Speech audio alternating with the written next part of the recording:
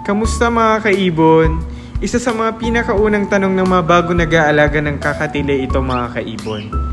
Paano daw ba natin malalaman kung lalaki or babae yung kakatil natin? Kaya ngayon, pag-uusapan natin yan. May tatlong paraan lang mga kaibon para malaman mo yung gender ng kakatil mo. Pero sa video na ito, tip number 1 muna tayo mga kaibon. Yung iba naman ay sa mga susunod na videos naman natin kasi meron tayong hanggang tip number 3. So ang tip number 1 natin ay pagbibase sa kulay ng kakatil. So uunahin natin ang mga pearl at normal gray na kulay or color. Kung pearl color ang kakatil mo, napakadali lang kapag bata pa sila. Makikita mo kaagad na kumpleto at makintab pa yung pearl markings nila sa katawan mga kaibon. Kagaya na lamang nang nandito sa mga picture na ito. So pakita natin itong mga nandito. Kapag lalaki mga kaibon, habang tumatanda at nagmumolt sila, nawawala yung pearl markings nila at nagiging mas plain yung kulay nila. Or mas nagiging solid yung color nila. Kagaya nito mga kaibon, itong picture na ipapakita ko sa inyo. So tingnan nyo mabuti mga kaibon. Kapag babae naman mga kaibon, kahit ilang beses pa sila mag-molt, nananatili yung pearl markings nila. Kaya kung consistent pa rin yung pearls nila after ng ilang molt, yan, malaki yung chance na hen or babae sila mga kaibon. O diba kaibon, napakadali lang i-gender yung mga pearls na kakatil. Kaya naman mga kaibon, dadako naman tayo sa normal gray. Ngayon naman, para sa mga normal gray na kakatil kaibon.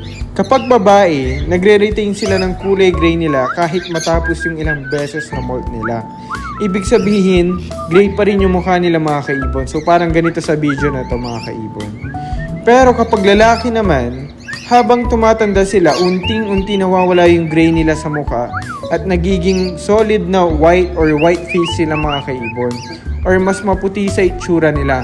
So dito, makikita natin yung transition. Ito ay pakita ko sa inyo yung comparison mga kaibon pag babae at lalaki yung normal gray natin. So ganito lang naman mga kaibon.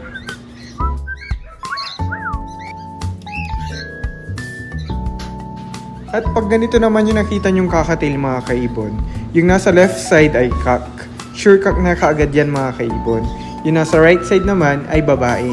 Pag ganyan mga colors, alam mo na kaagad yung gender ng kakatil mo. Pero tandaan natin mga kaibon, hindi ito 100% sure.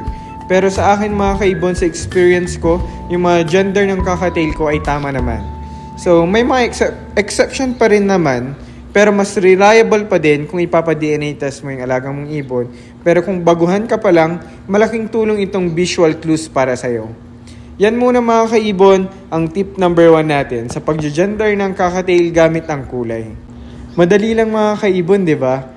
Pero sa susunod na video natin, ibabahagi ko naman kung paano yung ibang paraan para malaman mo kung lalaki or babae yung alaga nating kakatil.